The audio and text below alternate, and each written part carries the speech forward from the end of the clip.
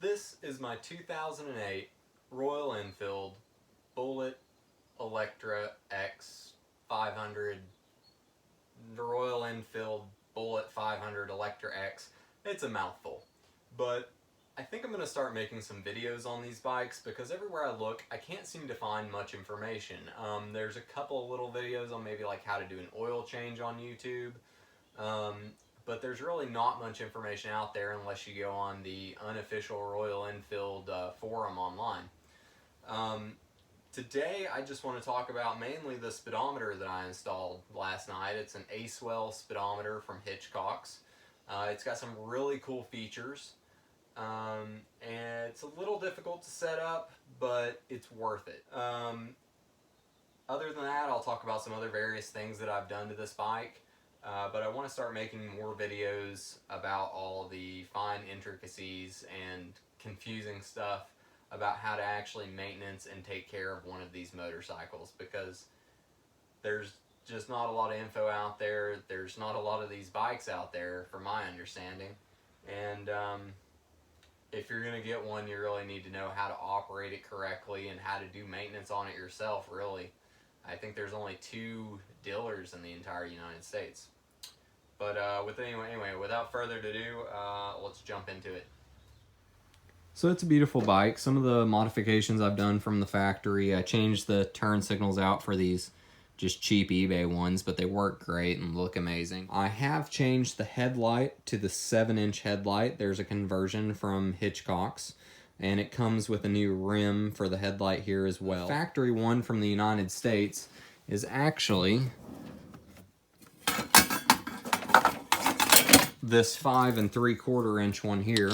It's a lot smaller. I didn't like this unit because it didn't put out very good light, and it doesn't have a replaceable bulb. This one does have a replaceable bulb. Now, one thing I did have a problem with when doing this is you cannot reuse the old headlight rim. And the new one they send you with the conversion kit is actually slightly skinnier. It's not much, but it's enough that it actually pushes this headlight back, which is a problem because this headlight is not only bigger this way, but it's also deeper this way. And I found that the back of the headlight, back here where the connectors are, was pushed back so far that it was hitting the speedometer cable back here, to the point that it was so bad I couldn't get it to bolt up. And what I had to do was actually cut the wiring off of this. And at the time, this bike was in pieces. So I chopped the wiring harness up on this bike. It had a factory connector for its headlight that was flat, whereas this one was just individual pins that stuck out like this. So I switched it to the flat one from the Honda. And then I could get things to bolt up, but I had to push really hard to like get it to actually fit. So it was still a problem. Then I went and ordered from Hitchcock's this wider rim, which is, I think, meant for the EFI models. And it's quite a bit wider. It's wider than that one was, and I think it's 10 millimeters wider than this one is. As you can see, it's quite a bit wider here. And I thought, that's perfect. That'll help, you know, free up things, because the wiring and everything in here was just super tight. However, I could not get this to work.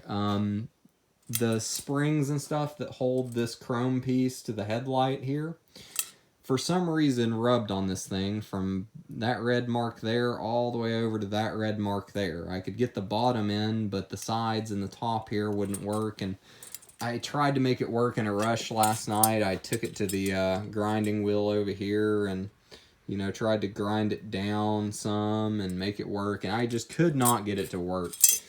Luckily, last night, I was installing this speedometer cable, which is mainly what I want to talk about today. And there is no actual speedo cable that comes in the back for this, so that actually allowed this skinnier headlight rim to work. But we'll talk about this more in just a minute. First, some other things about the bike. Obviously, I've just got some cheapo, you know, Amazon mirrors on here. I've upgraded the amp gauge to the newer style one. It just looks newer. The older style one being... Here's my parts bin for it. This guy here. I just didn't like the way it looked. It felt old. So I wanted to kind of update this bike and make it look a little bit newer. So we got that. I also got this clock from Hitchcock's that I really liked before I had the digital clock here. But I still like having it because when I run this, I don't see the clock the way I've got it set up. I just see that.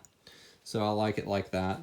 The seat is from Hitchcock's. It's a buffalo hide. It's actually very comfortable. I liked it because it was, you know, they sell a lot and you see a lot of them that have the springs in the back.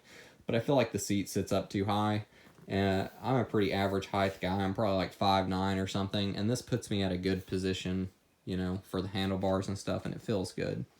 I also got this seat rack just to finish it off because, you know, the factory seat is that big flat one that just goes across like 1970s style. I added these knee grips because when I got this bike, it was non-running. We had some issues with the tank leaking, and I've actually got some weld and some JB water weld just skimmed here just to keep the tank from leaking. Luckily, it was right in that area where I could cover it up with a knee grip, so everything still looks good. We've deleted the PAV system over here as well. That's a common thing that a lot of people do. From the factory, normally right here you have a little valve that sucks in air from the air box and dumps it right here in a port right by the exhaust valve. I don't want to get into all the technicalities of it right now, but a lot of people delete them and for good reason, so we've got that plugged up. I left the little factory hanger for the spark plug wire. We rebuilt the Mikuni U-Call BS29 carb and put a little inline filter on it too when we were doing all that maintenance stuff. But other than that, I believe that's it. The bike is pretty much factory. Oh, I did put a BSA exhaust on it. The guy I bought this bike off of ran it really hot and really lean. And the exhaust changed colors, and the old muffler was just super bad. I mean, it was really blue over there. My buddy happened to have this exhaust, which I don't believe it came off of a BSA Rocket 3 or whatever, but that is the same style as the Rocket 3. It sounds amazing. It looks great. I ignore my cobbled together, you know, just kind of trying to make it work for right now so I can use it here. I did have to make a pipe here, or a bracket, excuse me. I took a piece of steel and notched it here for the grease fitting, and the factory exhaust has a little bracket that comes off here to bolt, and then back here, I actually got away with this BSA muffler has its holes almost in the perfect place for this. So I just ran this bar as an extra means of support so it can't wiggle around too much. I do still need to shim it out or something though, because it is touching the oil filter housing here. Granted, from the factory, you only get about 1 millimeter like that of space between the two. So I got to play with that a little bit more. But anyway, that's pretty much all the modifications and stuff on the bike and what's done to it. So from here, I would like to move on and talk about the speedometer because that's what we're here for. So this is a wonderful unit. It's kind of pricey. I was really hesitant to get one, but when I talked to the guys on the Royal Enfield forum, it seemed like nobody had tried it before, and that kind of just made me want to try it even more. So last night I went about getting it set up, and they give you these big pamphlets and instructions and everything here to kind of figure out what you're doing, but they're really convoluted and confusing. I did not like how they were written, to be honest. They've got a couple of videos on Acewell's website there, and I did use those for most of it. That's what the old speedometer looked like, in case you're wondering. To get this set up, you have to pull your old one out, and there's a bracket on the back. Now this bracket, if you have one like I have, didn't have holes previously drilled in it. They give you this little template thing, which I seem to have lost, but there, on the box there's this cutout for a template. And I found it was wrong. When I drilled my holes where the template said to drill them, and then I tried to plug that in, the studs were about that much further apart. I mean, it was a huge difference. So I had to re-drill some holes, and then I finally got it together. Then it's just got some simple adapter cables that plug into it.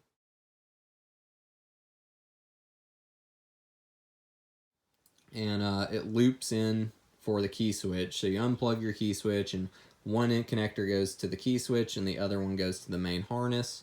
So you're just looping this into the system, right?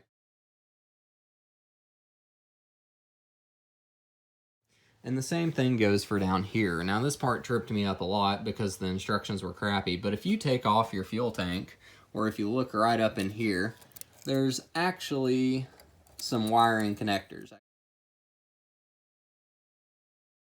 It does the same thing. You unplug it, and then there's a connector that plugs into each of the ends that you unplugged, so it loops in for a tachometer. And that's one of the main reasons I got this thing, is because I really wanted to have a tachometer on this bike.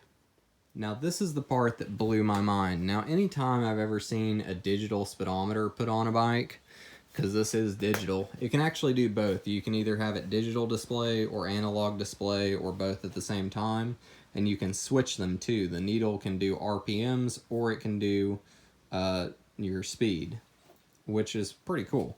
And you can have them both digitally displayed as well. But what blew my mind was anytime I've seen one of these fitted, there's usually a magnet or something that you put on the wheel with a sensor, so when it goes around, it hits the magnet, and that's how it knows how fast you're going.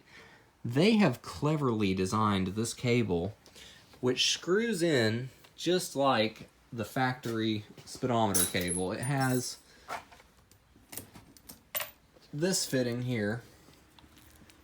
Well, let me use the other end so you can see. It has this kind of fitting here on the end that goes down on the wheel, so that it plugs in just like your normal cable does. Now, you know, normally if you've ever messed with one of these, and I'm sure you have the same style connector on the other end that normally, you know, plugs into the back of your speedometer there. Dink. But instead, somehow, through some magic, they've made it where it connects to the bottom like normal, but then at the top, it simply turns into a wire. There's a 2-plug connector that just plugs into the back of the speedometer. I don't know how they have made that work, but to me that was just really cool.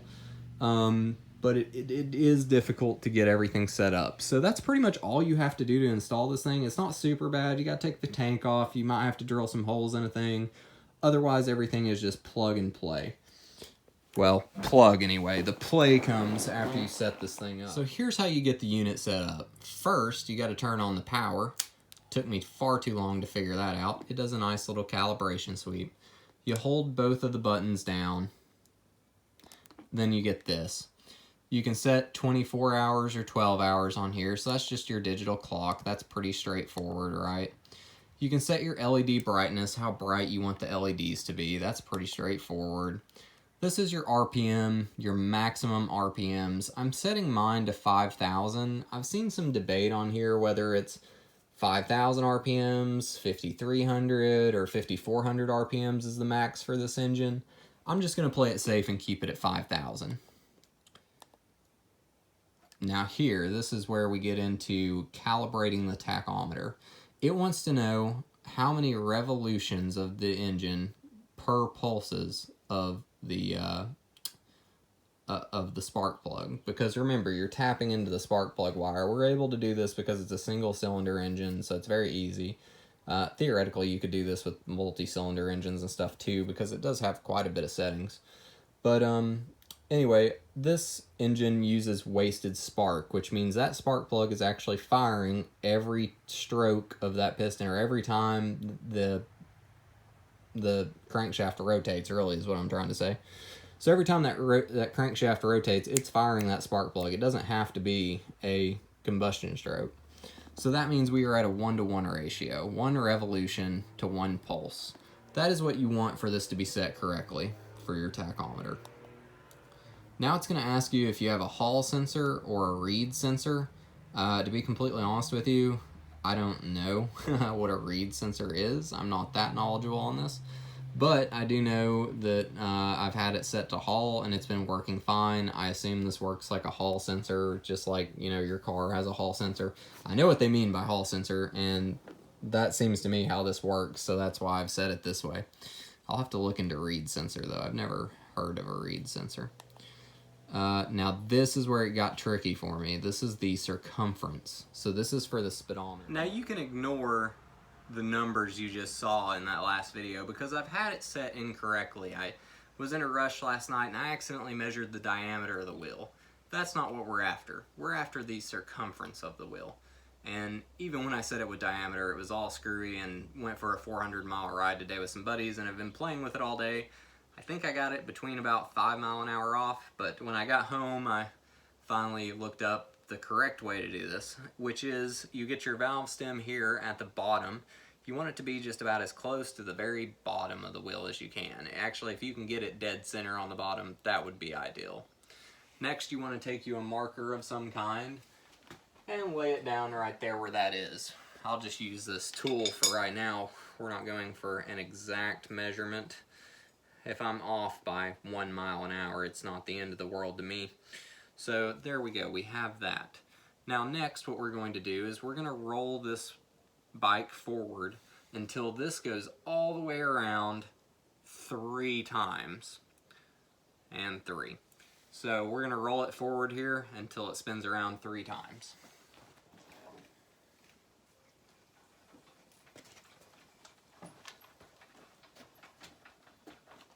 Now normally you would divide this number by 3 to get a good average of the circumference of your wheel.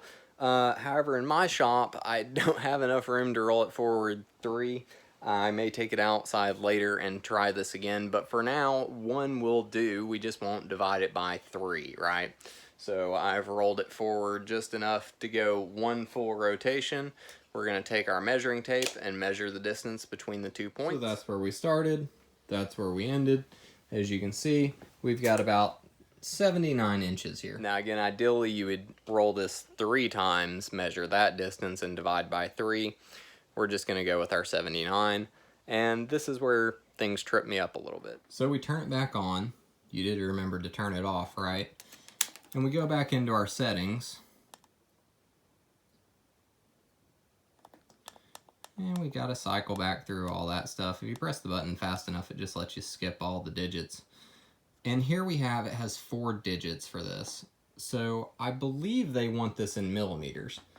So I'm going to convert my 79 inches to millimeters. That comes out to 2,006.6, so I reckon we'll round it to 7, which seems a lot more than I was off by. Next, this is the part that confuses me. P001. It wants to know, for every revolution of that front wheel, how many pulses is it sending a signal? This is why it confuses me, because there are no pulses from the factory. It's just a cable. It's just driven by gears. So I don't know with their magic cable here how many pulses it's putting out. I've left this at 1, and like I said, I was pretty close. So we're going to leave it at 1 right now. I'll have to take this out and ride it now that I've actually corrected my circumference of my wheel here. And see if it works. Moving on, you can do mile per hour or kilometer per hour here. You can set your maintenance reminder. You can either do it with the trip or with engine hours. I like to have it trip, or you can just have it off. Right now I've got it set to 621 miles. I actually need to change this. Probably change it back to 1,000 later. Now we get into battery on. This is your warning light and your battery light. These will both come on if your battery drops below a certain voltage. This is with battery on, which means the battery is on but the bike is not running. Battery off obviously means with the battery off. And battery high, this would be like while you're riding. For example, today you might have noticed that my battery voltage there was like 10 volts, and that's because my regulator rectifier decided today would be a good day to start overcharging my bike. So while we were out riding, I bumped this up to 16 so I didn't have to watch this thing flash all day long. It actually got up to 16.7 at some points during the day, so it did still flash on me.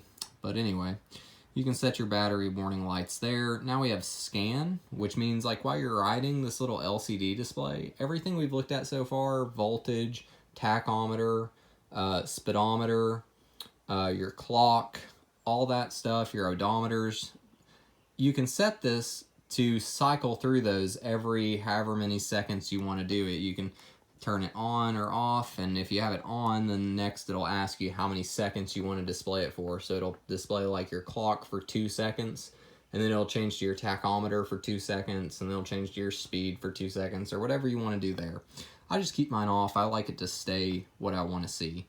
So now it has RE 500. This was not something in the manual or in their videos online, but there's only 2 settings here, the 350 or the 500. This model works for the Royal Enfield 350 or the Royal Enfield 500. So I assume, mine's a 500, we'll put this at 500. I assume that's what they mean there. And that's all the settings. That's really all there is to it. So you turn it off and you get your nice little clock there. I've still actually yet to peel the protective, film cover that they put on these to ship them, but you turn it on and you get your little needle sweep. Now, how I have mine set right now is it'll show my mile per hour digitally here. I've got my voltmeter here. I've got a gear indicator here. And then this needle I've got set for my tachometer. And like I said, you can do it for either one. You can click down here as you go through it. That's your engine hours. That's your total engine hours, I believe. Because one's resettable, one's not. You've got your trip meter for your maintenance reminder. Max speed is 89. I did not actually go 89 mile an hour. That's just where I had it miscalibrated this morning. Max RPM 4940. That's probably actually right. I got on it pretty good today. Trip meters, trip odometer, and that's my actual odometer setting.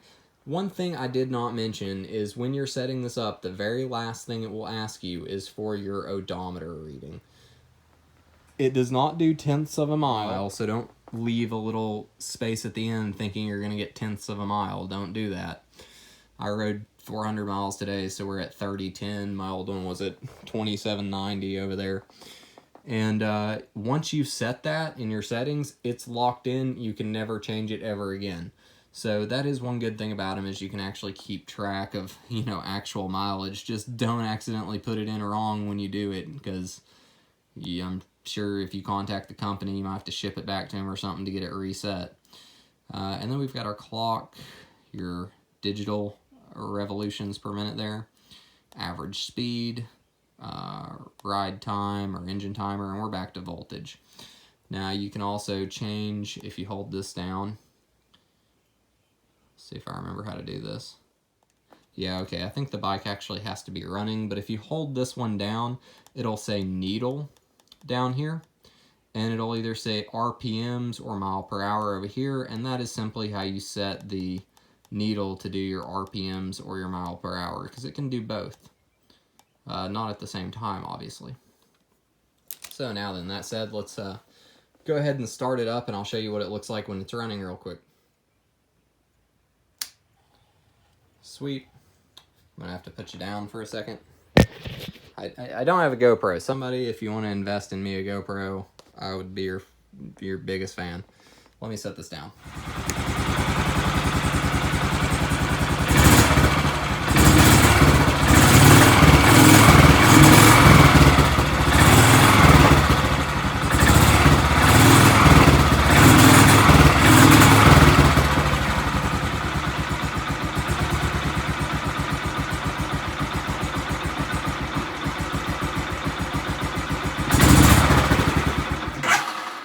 Well, my bike died, excuse me. I forgot to turn the fuel on there, and it's cold, and I didn't use the choke, so it probably sounded funny. But anyway, as you can see, that's pretty much how it works, and that's all the cool features and everything about it. I'm really happy with it. Happy to have a tachometer, happy to have digital readouts and stuff like that, especially my battery voltage and that sort of thing, because I would have never known that my regulator rectifier was overcharging today had it not been for the warning lamps on here and actually watching the voltage, because when I'm actually at an idle, I'm usually doing 13 or 14.5 volts, and I've checked it before and said everything's a-okay. But today when I was out riding, I noticed it was actually getting up to 15.5, 16, 16.7 sometimes.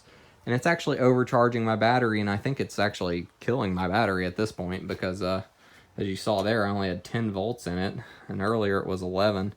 So that may be something I need to look into. So it's good to have those warning lights. The only bad thing I think I've found about this unit is when you're at idle.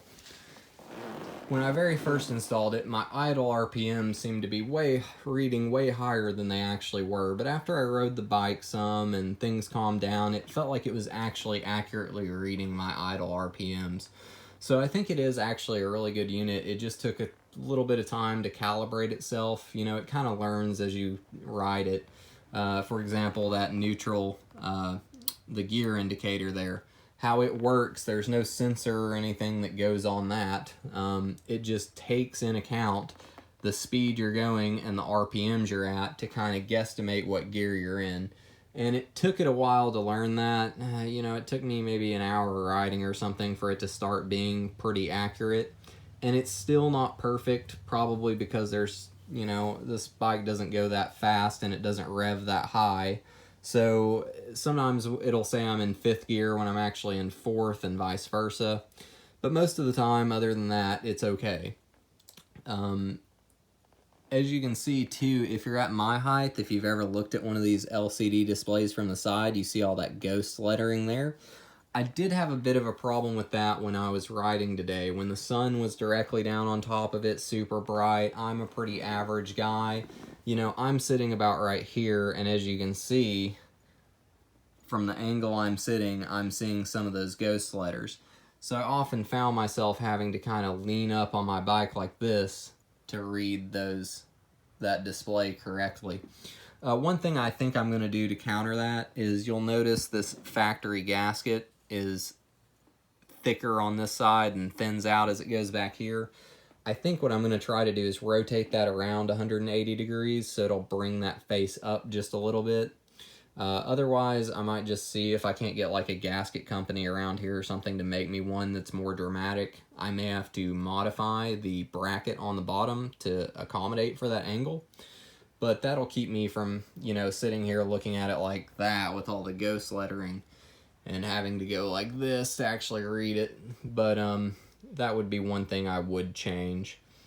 Other than that, it's been a really solid unit. I would highly recommend it. I'm going to give this a 9.5 out of 10. Maybe a 9 out of 10 for installation being a little difficult and the instructions being convoluted. But I really quite like the unit. So that's all for today's video on the Royal Enfield Electra X Bullet 500, the 2008 model with the 5-speed and AVL lean burn engine. You know, next time I think I might make a video talking about some of the weird nuances as far as maintenance and starting and stopping and owner operations are concerned, because there is a lot of interesting things I've found when maintaining this bike and just learning to operate it correctly. For a quick example, the decompression lever you use to start it sometimes if you pull it on just a little bit, but its main thing is to stop the engine. You don't turn it off with the key, you pull this, and that is because the starter sprags on these are notorious for exploding. They're just poorly designed on these electric start versions, and so you always want to kill it with that so you don't have any compression and you don't have any kickback from the piston that's going to explode your starter sprag bearing. Other weird things, there's supposedly a technical service bulletin from way back in the day on the primary case there for how much fluid you should put in it. From the factory, it's 420 milliliters per the service manual. But supposedly you're supposed to do more like 840 or even 900 milliliters in there. Some people even just put a whole liter in there. And that's really just to give some extra fluid in there to protect that starter sprag, if I understand correctly. So, you know, there's some weird things about owning this thing and doing maintenance on it. Oil changes too. There's 3, sometimes even 4 drain plug bolts you got to pull for the oil, and then everybody overfills it with oil because about a good half a liter or more gets trapped inside the timing case up here, and so people overfill it. And on the older models, you have to actually use the kickstand to bring it to top dead center when you start. Something about the cork crankshaft seal or whatever leaking fluid past it and causing issues. But there's all this wet sumping that can occur if you don't put that piston back to top dead center when you stop the bike and leave it for even a small period of time. And supposedly on the 2008 AVLs, they don't use that cork seal anymore, and it's not so much of a worry. It's still a good practice to do. But I mean, I myself, I'm guilty of it. Like this morning we rode to the bakery and I just was so hungry I hopped off, didn't even think to put it at top dead center or whatever. So it's not the end of the world on the AVL, but on the other ones you do need to be careful about that. But anyway, we'll get into all that in my next video, and maybe even talk some about the history of Royal Enfield, the world's oldest motorcycle company. So that's all for today. I hope you learned something, and I hope maybe this helps somebody. So. Oh, and if this video helped you, or if you just like my face or whatever, if you could drop me one of those likes and subscribes, that would be awesome. Trying to get some money would be good, so I can buy a GoPro so I can film like maybe how that tachometer actually looks going down the road, or some of our rides through the mountains here, or any of that fun stuff.